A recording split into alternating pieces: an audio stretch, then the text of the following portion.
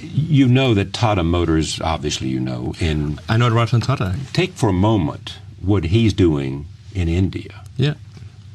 Developing a little sedan for $2,300, the nano. Right. Where do you put that in the whole equation of where the future of cars are? Well, I think it's a good idea to have affordable cars. I think the problem with something like the Nano, which I think, by the way, I would say a problem. I think it's a great idea, and Ratan is a gentleman and a scholar and an awesome guy all around. All of those I agree with. Yes, yeah. It's hard not to. Yeah, exactly. I think where it's going to become challenging in the future is as the price of gasoline rises. The cost of acquiring the car is a much less of an issue than the cost of operating the car. Right. And I think oil is and going it's to inevitable be very, that it's already very, moving back up. And do you have some assumptions in your own calculations as to where oil will level off? I think it will exceed the numbers we've seen last year. 144. Oh yeah, sure, absolutely. I think we'll see it start to approach $200 and beyond by 2010, 11, 12, somewhere in there. I'd say whenever the next boom is. So if let's say the next boom is 4 years from now, it'll be around that point. Of all your businesses, which one do you care the most about? Well, right now my time is split roughly evenly between Tesla and SpaceX. So I guess it would be pretty even between the two. And Solar City is doing great on its own, and the two co-founders there, Lyndon and Peter Rive, have done a phenomenal job, and thankfully it requires very little of my attention.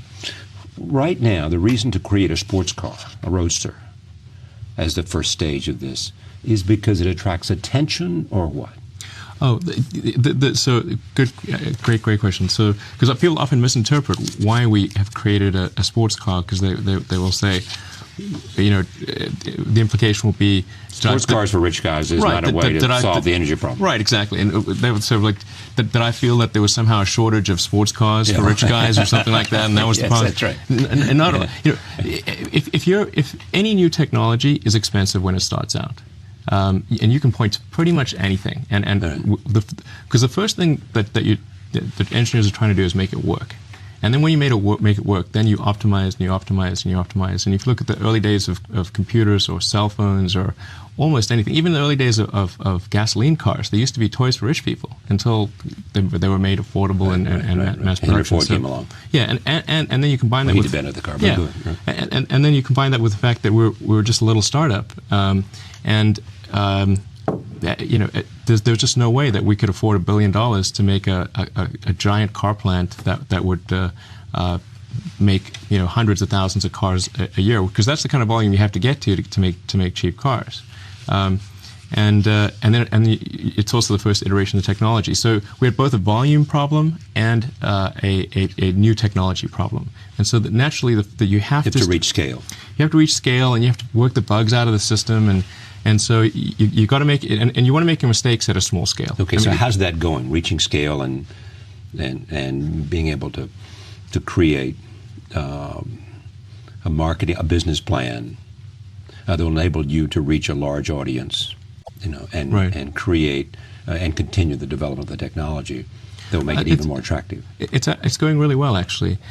So we had a few bumpy years in the beginning, but at this point we're producing at a steady state of about an annualized production rate of about 1,000 roadster sports cars a year.